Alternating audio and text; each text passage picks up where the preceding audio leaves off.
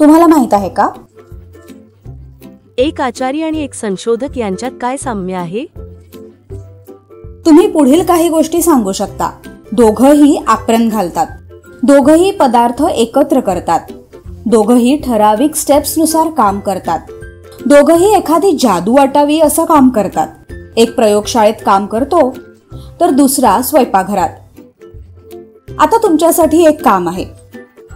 स्वयंपाकघर म्हणजे एक प्रयोगशाळा आहे असं का म्हटलं जातं? प्रयोगशाळेची ही दृश्य नीट लक्ष देऊन बघा.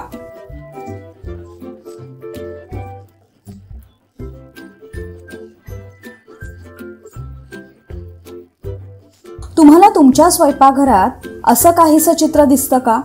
एकदा पुन्हा काळजीपूर्वक बघा. तुम्हाला हे दृश्य थोडं ओळखीचं आहे असं नाही वाटत? तुम्ही तुमच्या स्वयंपाकघरात एखादी वस्तू अशी शोधू शकाल का की जी असंच काम करते किंवा अशीच दिसते? आता तुमची पाळी. आता एका संशोधकासारखं तुमचं स्वयंपाकघर लक्षपूर्वक बघा आणि एक व्हिडिओ तयार करा ज्यातून सिद्ध होईल की स्वयंपाकघर म्हणजे एक प्रयोगशाळाच आहे. हे सिद्ध करण्यासाठी कमीत कमी 3 उदाहरणं द्या.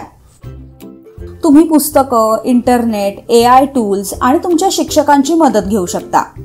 तुमचा व्हिडिओ प्रथम क्रिएटिव्हिटी क्लबच्या सबमिशन पोर्टलवर पाठवा. मग वाट कशाची पाहताय? आजच तुमच्यातील स्वयंपाकघर शास्त्रज्ञ जिवंत होताना पहा.